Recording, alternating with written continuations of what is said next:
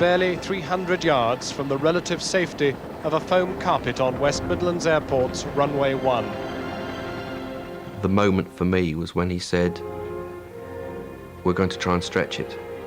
And that was the realisation that this aircraft might conceivably crash. The Kegworth air crash was caused by confusion and a single mistake. He said that they had a problem with the right-hand engine. And I recall thinking, well, I hope not, because there's flames coming out the left one. It was a mistake that would lead to the deaths of more than 1/3 of the passengers on board. I was sitting in this seat, and someone was sitting in a seat 2 seats away from me. They're not alive, and I am, and I can't rationalise that.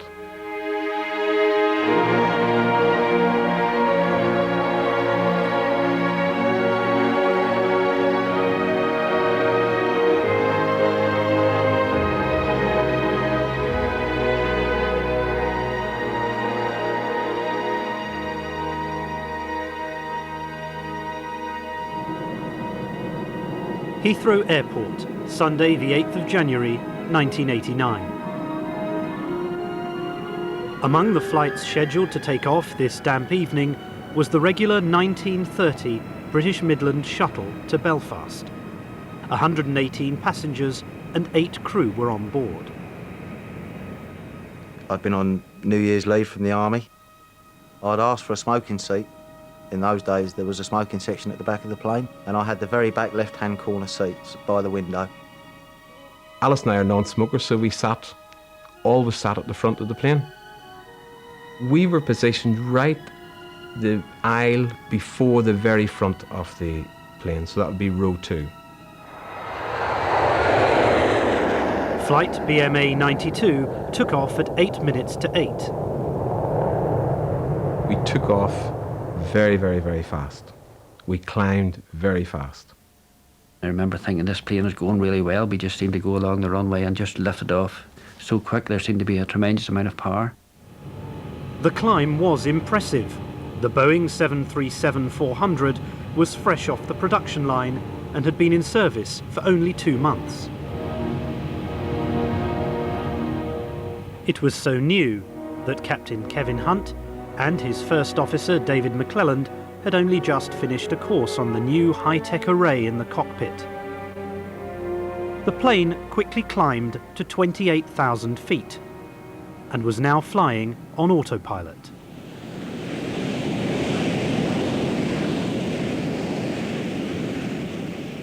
We were about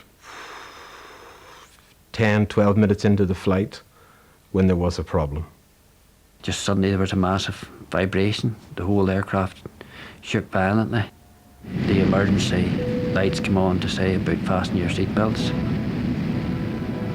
In the plane's left-hand engine, a part of a fan blade had broken free. It was sucked back into the engine chamber, causing the vibrations and puncturing a fuel line. The resulting spray ignited.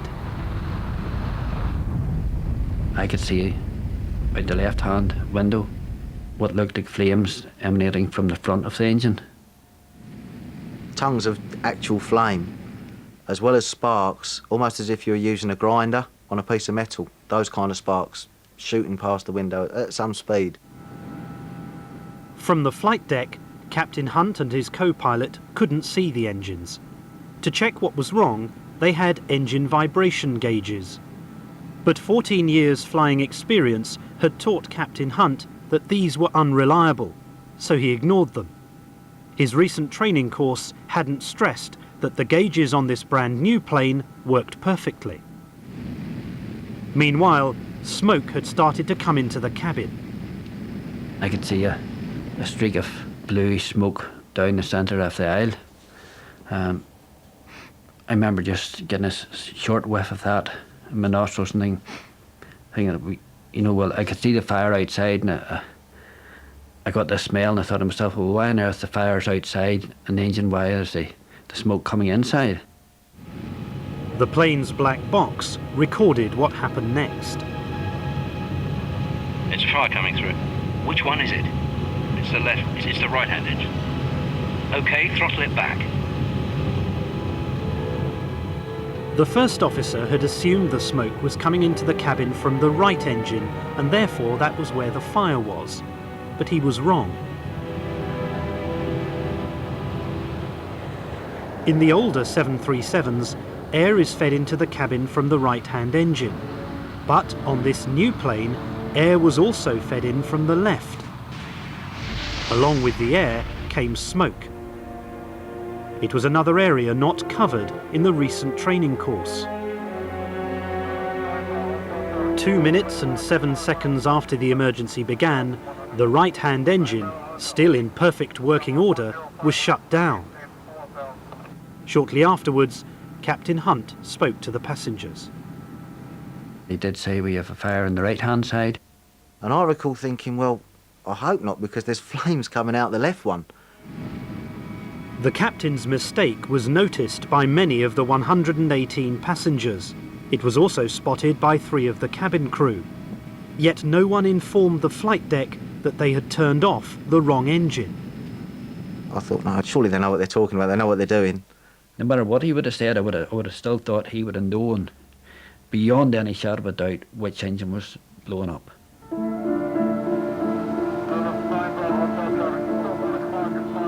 The next few minutes would seem to confirm the flight crew had made the correct choice. The plane started to descend gently towards an emergency landing. Power to the left engine was now reduced. Less fuel was pumped into it, dampening down the fire. The engine now seemed to be working normally. We carried on going, the flames seemed to die down and everything seemed okay. The vibration had died down, and really I began to just accept that the emergency was being dealt with. He made an announcement, we've got this problem, we're going to make an emergency landing at East Midlands. And I thought, well, that sounds perfectly fair. You don't want to fly all the way on one engine if you don't have to. If you can go somewhere, get it sorted out, that seemed like the logical thing to do. Good morning, Easy 691, requesting start to burn. The aircraft called on my frequency about 8:15, passing 15,000 feet, descending on a southeasterly heading. The pilot said that he could confirm he had one engine shut down. At this stage, it's a relatively routine occurrence. Aircraft divert into airfields with one engine shut down fairly regularly, so it's no great shakes. Aircraft gets about 13 miles from touchdown, and I say, OK, if I turn you in now, you'd have about 13 miles to run. And he says, yes, turn me in, please. And at that stage, I just detected a hint of problem in the voice. It wasn't anything you could put your finger on, but possibly a hint of something. It was on the descent into East Midlands that the flames seemed to start up again, and I can remember at that time it was like a chugging noise, you know, when an engine cuts out on the films and it's that kind of sound. At 2,000 feet, the pilot increased engine power to level off the plane ready for landing. This pumped fuel back into the left engine and it caught fire again. There was definitely surging and shaking. There was violent vibrations. At 900 feet, the left engine cut out completely. Realising he now had no working engines, Captain Hunt instructed his first officer to restart the right. In the air, the only way to do this was to jump-start it. But the plane was now flying too slowly to get the engine going again. At about 2 miles, he said, we're going to try and stretch it, which I assumed meant that he actually had got a problem at this stage and was going to try and glide onto the airfield. We just sat and waited. I'm seeing a blip. I'm hearing a pilot. I'm aware that there are passengers on board. It doesn't matter whether there's 1 or 120. It's an aircraft you've got to get on the ground safely. Without power from either engine, the plane was travelling at 150 miles an hour and its angle of descent was too steep. You look for reassurances from cabin crew, and they were quite anxious. Me and the fellow in the aisle seat both sat back tight, both hands on the belt and pulled it tight, and we kind of looked across at each other and shrugged our shoulders. There was none of this scenario of, now everybody, the captain's got the thing in order, everything, what you see in the movies. That did not happen. I remember looking at the girl on my left, and we didn't say anything. We just looked at each other for a few seconds, and we started to adopt the brace position. We put our hands over our head and put it one forward. Directly in the flight path was the village of Kegworth. For the next 30 seconds, Captain Hunt struggled to keep the nose of the plane up. Ahead, he could now see the approach lights of the runway. At about a mile, it disappeared from the radar screen. That's fairly routine. The aircraft gets below radar cover at that stage. So I really had no reason to believe it wasn't actually going to creep its way onto the airfield. But between the plane and this safe landing was the M1 motorway.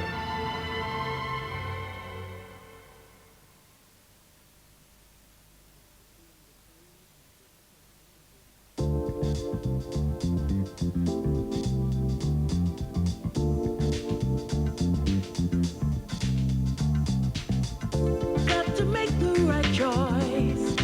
Open up your eyes. Look the way you want.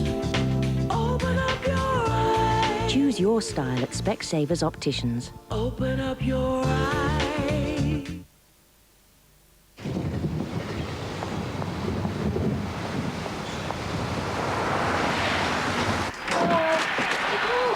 Football again. I've just got it. Why are you so wet? It's shaking. She's got a point, you know. She is. I was watching that. I lose. 2-0. Why not do something different in the evenings? Like a course. I've always wanted to learn to use the internet, but I haven't got a clue where to start. I learned Direct Center. I am not going out in that. All right, then, well, let's do it from here. Right, we're just typing our password. The wife's birthday. It's the 17th/11th/66. Don't tell her. It's easy. And as it's online, well, you learn at your own pace. At Learn Direct, we make learning more flexible. The kids are fine. No, he's on the computer. Yeah, he did a course. He's on it all the time. He even does our finances on it. To find out more about online learning with Learn Direct, visit our website, one of our centres, or call free on 08080 200 900.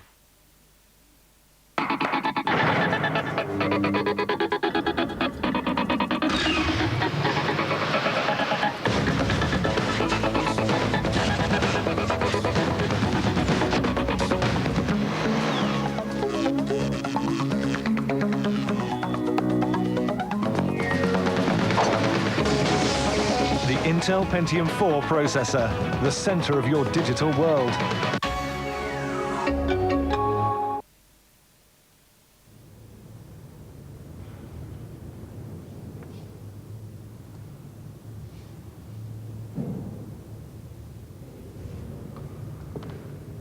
They've probably just spent more time concentrating on my body than they ever have on their own. Maybe you should take some time to find out more about yourself. You can have up to 2 hours of extensive checks with a Bupa health assessment. Call 0800 00 1010.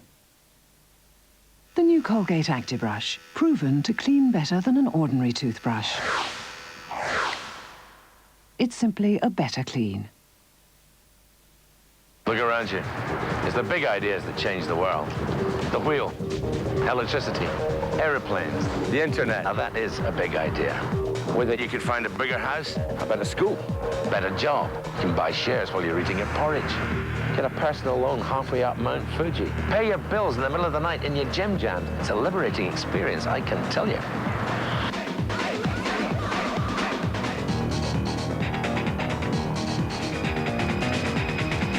You know what this means, don't you? We're all bank managers now.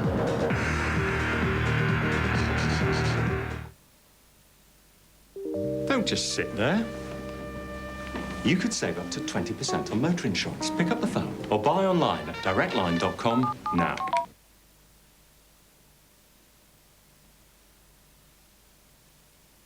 This is Pam Warren. She believes that little has changed in terms of rail safety in the 18 months since the Paddington disaster, In her campaign to raise awareness, she will remove her mask in public for the very first time. Thursday on Tonight with Trevor McDonald after the ITV News at 10.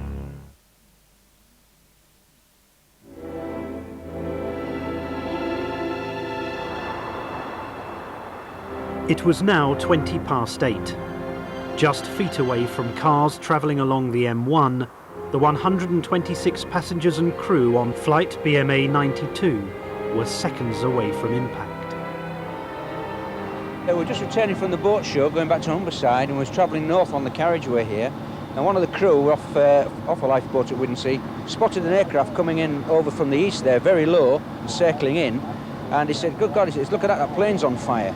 He was still ranting on about this aeroplane and the fact it was low and something was going to happen to it.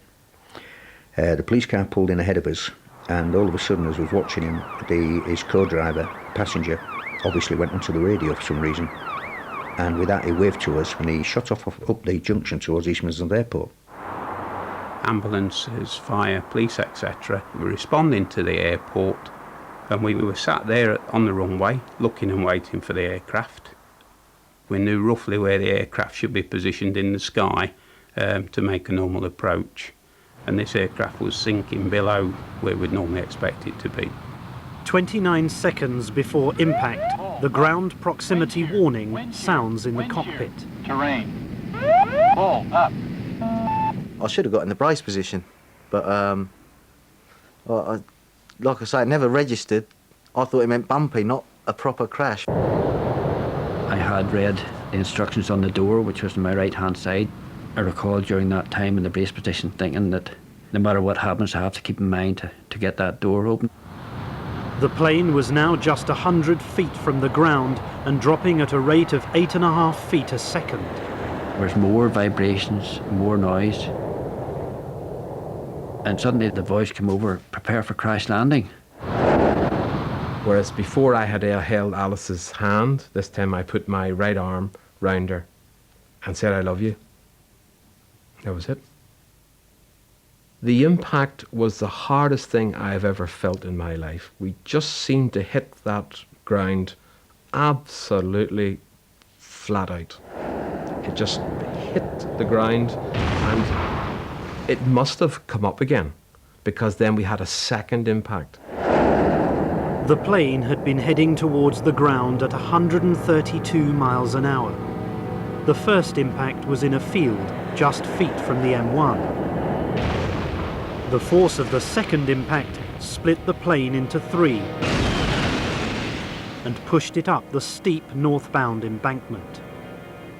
I always remember the second impact because that was ferocious, and I remember moving significantly, and getting my head hit, which I presume was the seat in front. We didn't seem to be stopping, and all of a sudden we just stopped, totally stopped. My head was cut there. It went forward too, even with my hands and things up. You know, it went into the seat in front. My knees bashed into the seat in front, bent the metal rail in front. You sort of go forward, bang, bang, you know, two thumps. I'd obviously been flung forward against the seat in front, and that's about all I remember, the impact itself, which was over really quickly. Miraculously, the plane had managed to miss all the vehicles on the motorway. The only damage it caused was a dented car aerial. I climbed over the fence and looked down and saw the nose of the aircraft, and there was one chap with his wife. I always remember that there was a tree between me and where Alice was. I knew Alice was in a bad way because her feet had been trapped up against the seat in front. She was saying that there was blood going out of her ankles, and I tried to rip my shirt, but to do a tourniquet, but I didn't realize it, but I couldn't rip my shirt, and I didn't know why until I was told later that my arm was broken.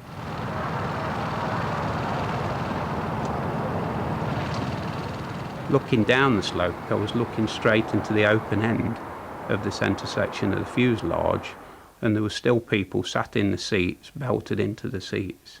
Girl beside me, I remember as soon as I come round, I'd spoke to her and I asked her if she was all right or could she hear me. Well, I just wasn't getting any response. She didn't hear me. And I remember reaching forward and touching her and asking her again if she was all right or could she hear me.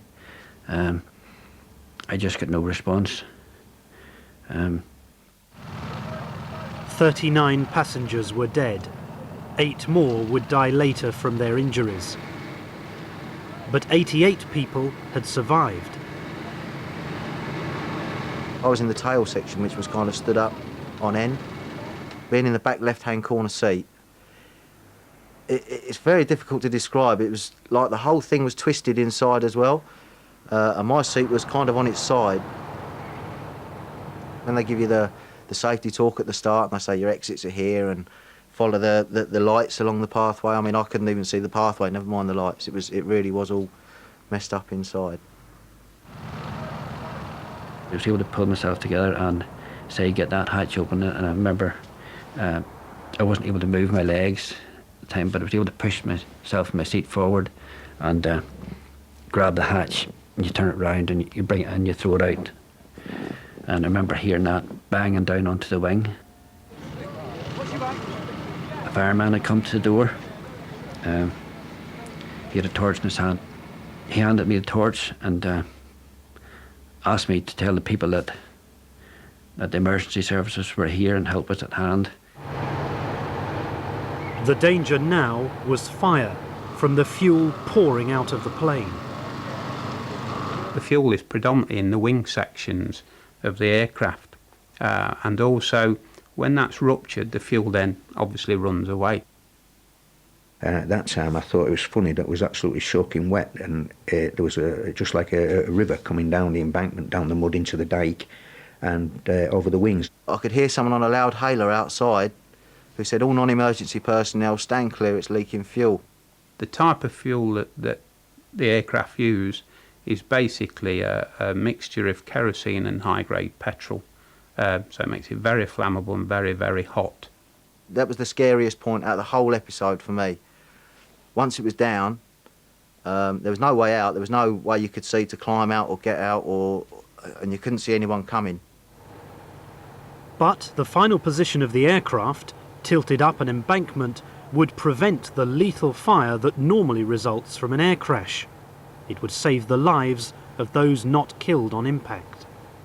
The fuel was running away from certainly the nose section and from the wing forward, which was making it better for us. And constantly, foam blanket was being applied outside to try and secure the safety of the people. With the threat of fire contained, survivors were helped from the wreckage. He put my hands on a rope on the outside of the plane, and I let myself down onto the wing and subsequently slid down onto the ground and underneath the tail. We could see that the seats had actually been ripped from the floor and concertinaed forward, and they were piled up to the roof, trapped within the pile of people. The only way we could get to these people was really by starting at the top of the pile and releasing people and then pulling the seats out.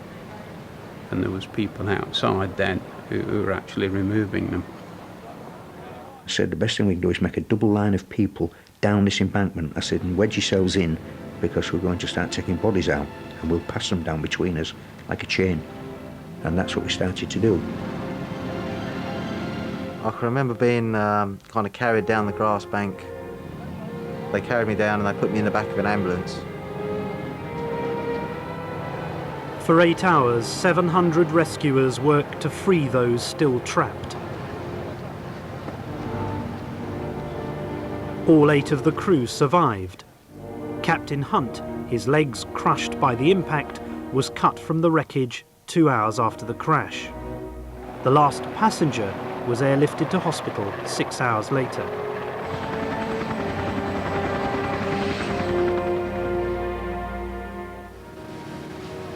The lack of fire at Kegworth had led to an unusual number of survivors. For the first time ever, doctors were able to carry out a full study of the injuries resulting from a plane crash. 83 of the Kegworth survivors had leg and arm bones shattered by the force of impact. My right arm smashed. I had my left leg crushed against the other seat and ripped from the knee joint right down.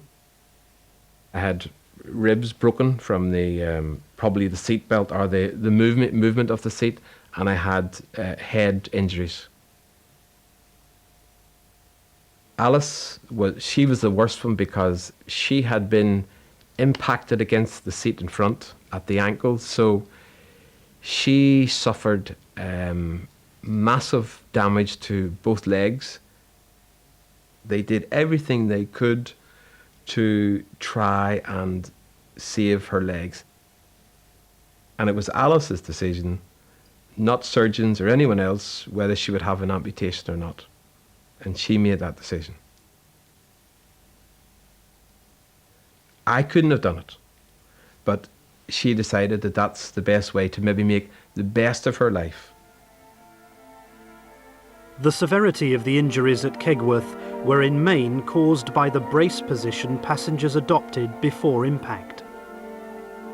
As a result of the work carried out after the crash, the airlines have now adopted a new, safer recommended brace position. One which offers more protection to the head, arms and legs in the event of an impact. The accident investigation criticised the flight crew's actions, but also acknowledged the fire was outside their training or experience. Training programs now include instruction on vibration gauges and small engine fires. It's also now standard procedure for the cabin crew to report to the flight deck in the event of an engine fire. But the call for external cameras to be fitted to all commercial aircraft so the flight crew can see the engines for themselves has not been implemented.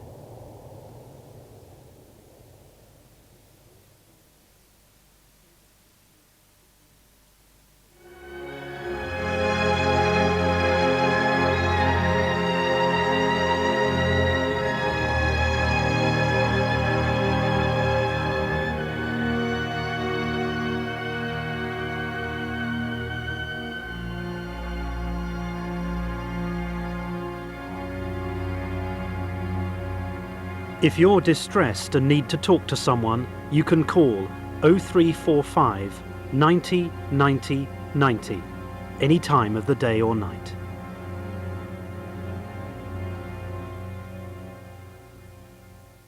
It was started deliberately, possibly by the man you saw running away. You put both our jobs on the line. I've lied to Coleman. I will not lie to the police. I grew up with front recall. I can't just turn him in without a second thought, can I? ITV drama, Sunday at 9:20, with London's Burning. No mess, no fuss. Quick and easy to use. Fingertip control sealants from Unibond. Is this the end for sealant guns? Unibond thinks so. No more nails means no more nails. No more nails on architraves or dado rails. No more nails on skirting boards. No more nails sticks virtually anything to anything.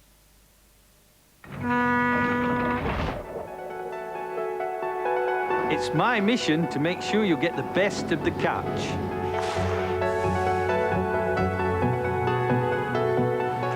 It's my mission to bake the perfect loaf. It's my mission to find the tastiest cheese. And it's mine to make